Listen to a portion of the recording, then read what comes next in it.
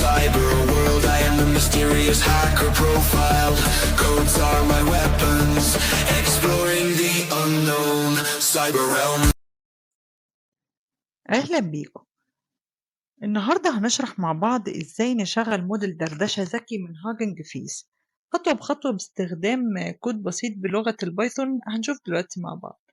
هنخلي الموديل يرد علينا زي الشات بالظبط، اعتبروا إن احنا بادئين نعمل الشات بوت. يلا بينا. أول حاجة هنعملها إننا هنسجل دخول لحسابنا على هاجنج فيس عشان نقدر نسحب الموديل من الموقع اللي بنستخدمه ده. كود بسيط بنقدر بيه كأن إحنا بنشاور له على الموديل اللي هنستخدمه، وبنكتب التوكن بتاعنا اللي بناخده من الموقع بتاع هاجنج فيس.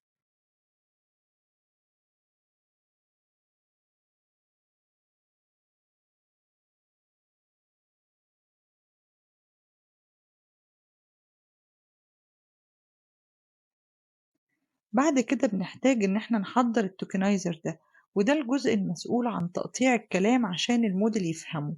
بنحدد اسم الموديل اللي عايزينه، وفي الآخر بنقول له خليك تستخدم نهاية الجملة كباد توكن.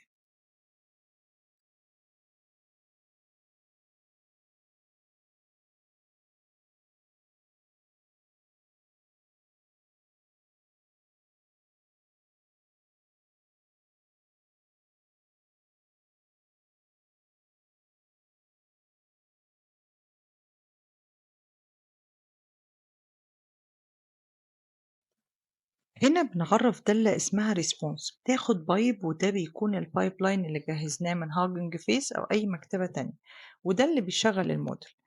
البرومبت اللي هي الرسالة اللي المستخدم هيبعتها للموديل.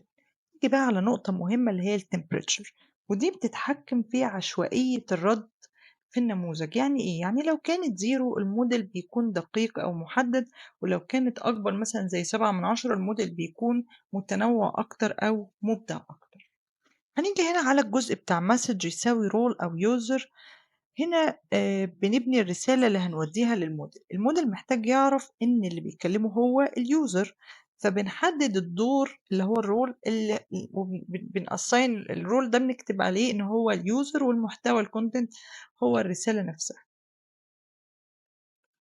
لو جينا عند السطر بتاع sampling يساوي false if temperature يساوي 0، هنا بنحدد إذا كنا هنستخدم السامبلينج، يعني نحاول نخلي النموذج يبدع في الردود ولا لأ. لو التمبريتشر 0 هنخليها false، يعني مفيش سامبلينج، خليه يختار أحسن إجابة بس. ولو أكبر من 0 خليها true، فيختار بطريقة متنوعة أكتر. هنيجي بقى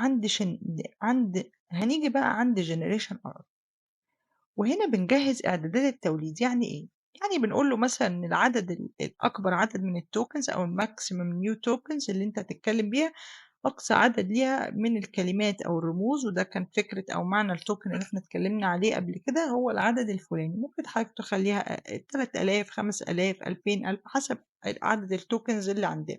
بعد كده return full text، لما نحطها false الموديل بيرجع بس الجزء الجديد من الرد. طب لو حطيناها true كده الرد كله هيرجع. طبعا ده بس ده لو احنا عندنا عدد معين من التوكنز او محدد، فده مستهلك جدا للتوكنز.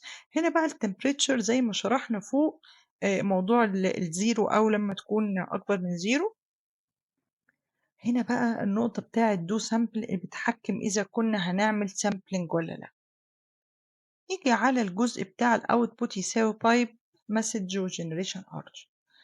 هنا بنبعت الرسالة والإعدادات للموديل عن طريق البايب اللي احنا اتكلمنا عنها فوق، وهو بيرجع النتيجة في شكل لستة من الردود. وأخيرا بنرجع النص اللي الموديل ولده من أول الرد بتاع output ايه 0. بصوا كده معايا، الكود ده هيكون مفيد لو احنا بنستخدم موديلات من نوع تشات أو شات جي بي تي أو لاما أو مسترال أو غيرهم، لأن دي بتعتمد على الرسايل ليها structure بتاع رول أو content. طيب أنا عايزة أوضح حاجة هنا. يعني إيه generation urge باختصار؟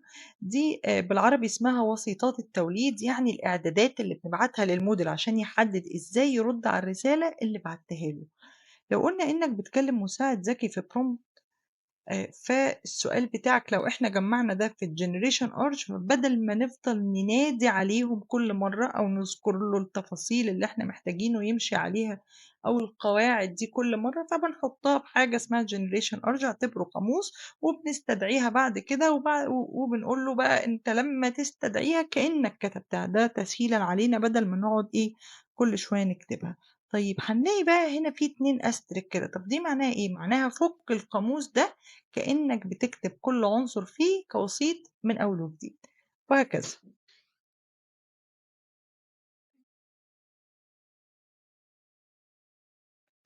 وبكده نكون جهّزنا الmodel علشان نبدأ نعمل الchatbot في الحلقة الجاية. تابعونا. أنا إيمان علي ودي cyber talks.